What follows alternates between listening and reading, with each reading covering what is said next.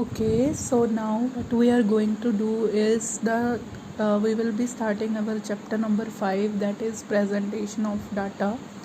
So जब भी हम अपने डाटा को क्लासीफाई कर चुके हैं, जैसे हमने पिछले देखा था कि हम सीरीज़ बना सकते हैं, इंडिविजुअल सीरीज़ में क्लासीफाई कर दिया, ग्रुप बना लिए। अब उस डाटा को प्रेजेंट भी करना होता है, किसी ना किसी को तो दिखाओगे ना उस डाटा को प्रेजेंट करके उस सभी डाटा को। जब आपने डाटा क्लासीफाई कर दिया, the classification of data leads to the problem of presentation of data. जब भी आपने अपने डाटा को क्लासीफाई कर दिया, उसको अलग अलग ग्रुप्स बना लिए, अब जो नेक्स्ट काम होगा वो होगा उसी डाटा को आगे प्रेजेंट करना। तो वो हम कैसे कर सकते हैं? डाटा जो है वो कैसे प्रेजेंट हो सकता है? 3 वेज हैं। उसको हम टेक्स्ट में प्रेजेंट कर सकते हैं, या फिर हम उसको टेबल में प्रेजेंट कर सकते हैं, या हम उसकी डायग्राम्स बना सकते हैं। लाइक हमने अगर टेक्स्ट में करना है, कोई भी मुझे डाटा दिया है तो मैंने उसका प्रेजेंटेशन करके क्या कर देना, उसको कैसे प्रेजेंट कर सकती हूँ। मान लो वो बहुत थोड़ा सा ही डाटा था तो हम उसको टेक्स्ट में प्रेजेंट किया। टेक्स्ट में कैसे प्रेजेंट किया कि एक स्ट्राइक हुई जिसमें 20% लेबरर्स थे, उन्होंने रिपोर्ट किया। तो ये तो बहुत सिंपल और थोड़ा सा डाटा था, तो ये हम टेक्सचुअल कर सकते हैं। उसी डाटा को हम टेबल में बना सकते हैं। लाइक स्ट्राइक हुई, कहाँ कहाँ हुई? पंजाब में, हरियाणा में। कितने % ऑफ वर्कर्स थे जिन्होंने वहाँ पर रिपोर्ट किया? 30% पंजाब के और 40% हरियाणा के। सो डाटा को हम टेक्स्ट में भी कर सकते हैं, टेबल में प्रेजेंट कर सकते हैं। और क्या होता है तीसरा तरीका होता है हम उसी चीज़ की पाई डायग्राम बना सकते हैं। पाई डायग्राम्स हमने पहले भी की होंगी। सो उसकी हम क्या कर सकते हैं? पाई डायग्राम बना सकते हैं। यहाँ पे 30% लिख देंगे, या 40 लिख देंगे, या 10 लिख देंगे। हम क्या कर सकते हैं? पाई डायग्राम में भी अपने डाटा को, जो भी आपका डाटा हो, उसको प्रेजेंट कर सकते हो। अब हम डाटा को क्लासीफाई करना सीख चुके हैं पिछले टॉपिक में। आज देखेंगे उसी डाटा को हम कैसे प्रेजेंट कर सकते हैं। सो टेक्सचुअल हो गया, टेबल हो गया और डायग्रामेटिक हो गया। टेक्सचुअल तो बिल्कुल सिंपल होता है, जैसे डाटा आपको गिवन है बस आपने वैसे का वैसा टेक्स्ट लिख देना है। आज हमने जो देखना है, हमने देखनी है टेबल से हम अपने डाटा को कैसे प्रेजेंट कर सकते हैं। टैब्यूलेशन क्या होता है? सो टैब्यूलेशन का मीनिंग है प्रोसेस ऑफ प्रिपेयरिंग टेबल्स। जो टेबल को बनाने का प्रोसेस है उसको बोला जाता है टैब्यूलेशन। नाउ टेबल को बनाने के प्रोसेस से पहले ये देख लेना ज़रूरी है कि टेबल जो होता है उसके कितने कंपोनेंट्स होते हैं, मतलब वो कैसे बनता है, क्या क्या होता है उसमें। तो देखो, सबसे पहले जब आप टेबल बनाओगे, कोई भी टेबल बनाओगे, तो आपने पहले उसको नंबर देना है। जैसे मैंने यहाँ पे लिखा है टेबल नंबर 1। अगर आपके पास 3-4 टेबल बनाने के लिए आ गए तो आपने सभी को नंबर देना है। पहले दोगे table number 1, table number 2, table number 3, table number 4। तो सबसे पहले जो होता है टेबल का, वो होता है टेबल नंबर देना। तो टेबल नंबर देने के बाद जो नेक्स्ट काम किया जाता है वो है टाइटल देना। टाइटल देना है मतलब आपका जो टेबल है वो किसके बारे में है, उसका मेन, आप किस चीज़ का टेबल बना रहे हो। तो जैसे मैंने यहाँ पे टेबल बनाया वर्कर्स की स्ट्राइक का। सो यहाँ पे आ गया हमारा टेबल का टाइटल, वर्कर्स स्ट्राइक। अब अगर आपका टाइटल में कुछ लिखना रह गया हो, या आप कुछ चाहते हो कि उसके बारे में, टाइटल के बारे में कुछ एडिशनल इन्फॉर्मेशन आपको देनी है। लाइक मैंने यहाँ पे लिखा है कि वर्कर्स की स्ट्राइक हुई है, पर मैंने ये नहीं लिखा ये किस कंट्री में है। तो आप एक टॉपिक बना सकते हो, एक और वो होगा हेड नोट, वहाँ पे लिख सकते हो। जो आपकी टाइटल की इन्फॉर्मेशन ऊपर रह गई वो आपने यहाँ पे लिख देनी है। सो यहाँ पे क्या आ जाएगा? कंट्री कौन सी है? इंडिया की। सो पहले आता है टेबल नंबर, फिर आता है टाइटल। टाइटल का मीनिंग क्या होता है? जो भी आपका टेबल है वो किस बारे में है वो आपने टाइटल में लिख देना है। अगर टाइटल में कुछ लिखना रह गया तो आप उसको किस में लिख सकते हो? हेड नोट में लिख सकते हो। ये जो हम पढ़ रहे हैं इनको बोलते हैं सो ये जो हम भी पढ़ रहे हैं ये सभी को क्या बोला जाता है? Components of table. अब देखो ध्यान से, हमने क्या करना है, हमने देखा पहले टेबल नंबर लिखेंगे हम, फिर उसके बाद टाइटल लिखेंगे। अगर टाइटल की कोई इन्फॉर्मेशन रह जाती है तो हम उसको कहाँ पे लिख सकते हैं? हेड नोट में लिख सकते हैं। नेक्स्ट होती हैं, कुछ होता है रोज़ और कुछ होते हैं हमारे कॉलम्स। तो कॉलम्स हम इनको बोलते हैं जो ऊपर से ऐसे नीचे वर्टिकल लाइन बन रही है ना, जैसे स्टेट पंजाब, हरियाणा, नीचे आएगा हिमाचल, ऐसे हम ऊपर से नीचे जा रहे हैं, ये हमारी होगी कॉलम्स। और रोज़ क्या होगी? जो ऐसे हॉरिजॉन्टल जा रही हैं, तो ये होगी हमारी रोज़, जहाँ पे हमने लिखा मेल, फीमेल एंड अदर्स की कैटेगरी। ठीक है। सो हमने रोज़ भी बना ली और कॉलम्स भी बना लिए।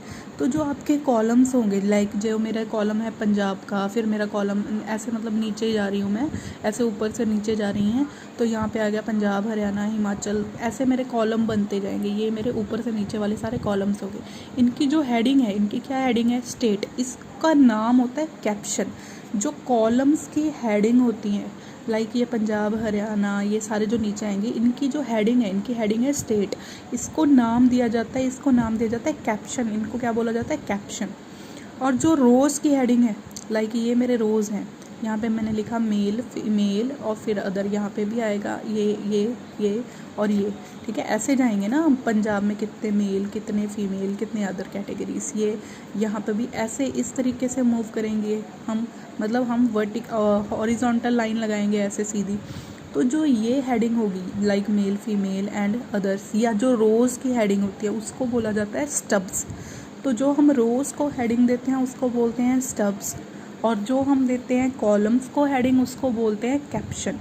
ये बहुत इंपॉर्टेंट क्वेश्चन है, 1 मार्क्स में आता है कि स्टब्स क्या होते हैं और कैप्शन क्या होता है। कैप्शन का मीनिंग होता है जो हम कॉलम्स को हेडिंग देते हैं, जो कॉलम्स को हेडिंग दी जाती है उसको बोला जाता है कैप्शन, और जो रोज़ को हेडिंग दी जाती है उसको बोला जाता है स्टब्स। अब अगर आपने कोई ऐसी चीज़ है, लाइक मैंने यहाँ पे पंजाब का डाटा लिखा 50,000, और उस 50,000 डाटा को कोई ऐसी इन्फॉर्मेशन है जो मैं देना चाहती हूँ, पर मैं ऊपर नहीं लिख सकती। लाइक मैंने पंजाब का मेल कैटेगरी लिख दी 50,000, ठीक है, और मैं ये बताना चाहती हूँ कि ज़्यादातर जो मेल थे वो ज़्यादातर किस एरियाज़ थे? लुधियाना की साइड थे।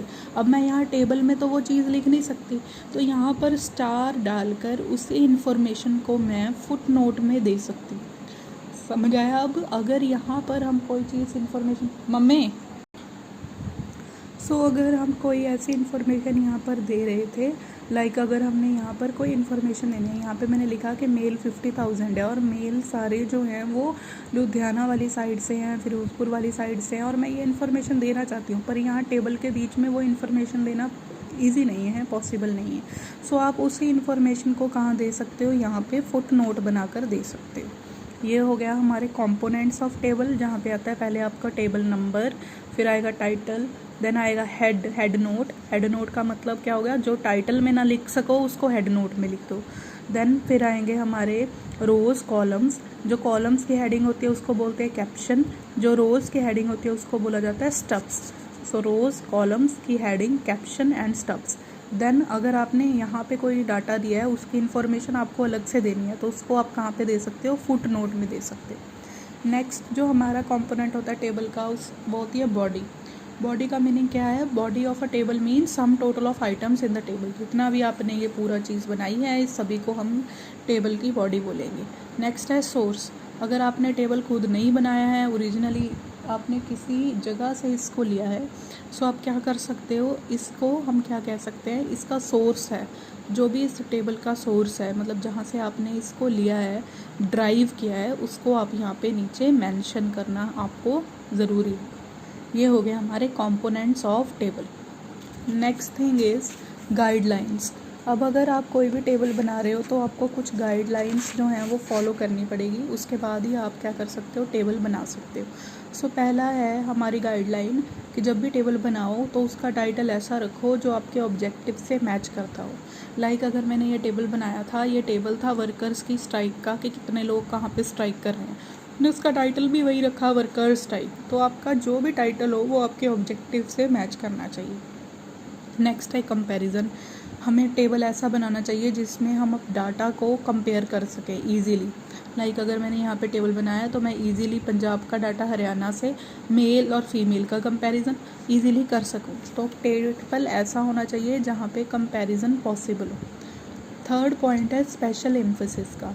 अगर आपको कोई ऐसी पॉइंट लगता है जो बहुत इम्पॉर्टेंट है, लाइक अगर मैं यहाँ पे टेबल बना रही थी और मुझे ये लग रहा था कि ज़्यादातर जो वर्कर्स ने स्ट्राइक की थी वो पंजाब के एरिया में की थी, तो उस चीज़ को आप सबसे ऊपर रखो, स्पेशल एम्फेसिस दो। मतलब जहाँ पे बहुत ज़्यादा इम्पॉर्टेंट है कोई चीज़, जहाँ पे आप दिखाना चाहते हो कि ये चीज़ देखो ये बहुत इम्पॉर्टेंट है, उसको आपको सबसे ऊपर रखना है। तो इसको बोलते हैं स्पेशल एम्फेसिस। अगर आपको कोई आइटम टेबल की ऐसी लगे जो बहुत इम्पॉर्टेंट हो, उसको आपको क्या करना होगा, सबसे ऊपर रखना होगा, उसको सबसे ऊपर रखिए। नेक्स्ट है आइडियल साइज़। जो टेबल होगा वो एक आइडियल साइज़ का होना चाहिए, मतलब वो ज़्यादा बड़ा भी नहीं होना चाहिए और ज़्यादा छोटा भी नहीं होना चाहिए। इतना हो कि आपकी जो रिसर्च है वो भी पूरी हो जाए, और इतना बड़ा टेबल भी नहीं बनाना क्योंकि उसको कोई फिर पढ़ेगा ही नहीं। नेक्स्ट है यूज़ ऑफ ज़ीरो। इसको ध्यान से सुनना है। अगर आपका मान लीजिए कि मैं ये कहती हूँ कि यहाँ पर हरियाणा में, ठीक है, मेल थे वर्कर्स, वो थे 40,000 जिन्होंने स्ट्राइक की थी, और कोई भी फीमेल वर्कर नहीं थी हरियाणा में जिन्होंने क्या किया था, स्ट्राइक किया था। तो यहाँ पे मैं ज़ीरो नहीं लिखूँगी। यहाँ पे अगर जब भी आप टेबल बनाओ तो वहाँ पे अगर कोई पर्सन, कोई कैटेगरी ऐसी है जहाँ पे जिन्होंने कोई भी चीज़ ना की हो, तो वहाँ पे ज़ीरो नहीं लिखनी, वहाँ पे लिखना है NA, नॉट एप्लीकेबल, या ऐसे साइन डाल के छोड़ देना है। तो यूज़ ऑफ ज़ीरो आप सिर्फ यहाँ पे 50,000 और 40,000 में ज़ीरोज़ का यूज़ कर सकते हो। लेकिन अगर कोई फ़ीमेल वर्कर्स ने कोई काम नहीं किया, हम कहना चाहते हैं भाई यहाँ पे किसी ने भी ऐसे ही कोई भी फीमेल वर्कर नहीं थी जिन्होंने स्ट्राइक की थी, तो आप वहाँ पे ज़ीरो नहीं लिख सकते टेबल में। आपने क्या लिखना है वहाँ पे NA, नॉट एप्लीकेबल, या फिर ऐसे हाइफन का साइन डाल के उसको छोड़ देना है। नेक्स्ट है एब्रीविएशन। टेबल बनाते टाइम किसी भी तरह की एब्रीविएशन आपने यूज़ नहीं करनी है, like USA for United states of America, UK for United kingdom नहीं करना है। सारी आपको ज़्यादातर क्या करनी है, अपनी पूरी फुल फॉर्म में उसको लिखना होता है। ये फुट नोट क्या होता है ये हम बता चुके हैं। अगर आपने टेबल में कोई भी डाटा लिया है जिसके बारे में आप कुछ आगे और बताना चाहते हो, तो नीचे फुट नोट डाल के, यहाँ पे भी स्टार डाल दिया, यहाँ पे भी स्टार डाल दिया, फुट नोट बनाकर उसको आप क्या कर सकते हो, एक्सप्लेन कर सकते हो। नेक्स्ट है यूनिट्स। अगर जो भी यूनिट्स आपने यूज़ की हैं वो आपको मेंशन करनी पड़ेगी। लाइक अगर मैं सेल्स की बात करूँ, तो अगर मेरी सेल्स जो है, मैंने सारी सेल लिख ली, ठीक है, वो सारी लैक्स में थी, तो मुझे ऊपर टेबल बनाते हुए लिखना पड़ेगा कि ये जो टेबल है वो, ये जो डाटा है वो इन लैक्स है। अगर GDP की बात करें, कंट्री की बात कर रहे हैं, तो वो हम अगर करोड्स में बात कर रहे हैं तो ऊपर उसकी यूनिट लिखो, करोड्स में कह रहे हो। अगर आप प्रोडक्शन की बात कर रहे हो, कपड़े की प्रोडक्शन की बात कर रहे हो, कितने मीटर हुआ वो आप लिखोगे। मतलब आपने यूनिट्स जो है वो टोटली लिखनी है। Next total. जो भी आपका डाटा हो उसका आपने टोटल लेफ़्ट हैंड साइड यहाँ पर भी और यहाँ पर भी दोनों जगह करना होता है। तो आपने टोटल कर देना है यहाँ पे भी और यहाँ पर भी। तो ये जो टोटल। नेक्स्ट है हमारा एक्सटेंट ऑफ एब्रीविएशन।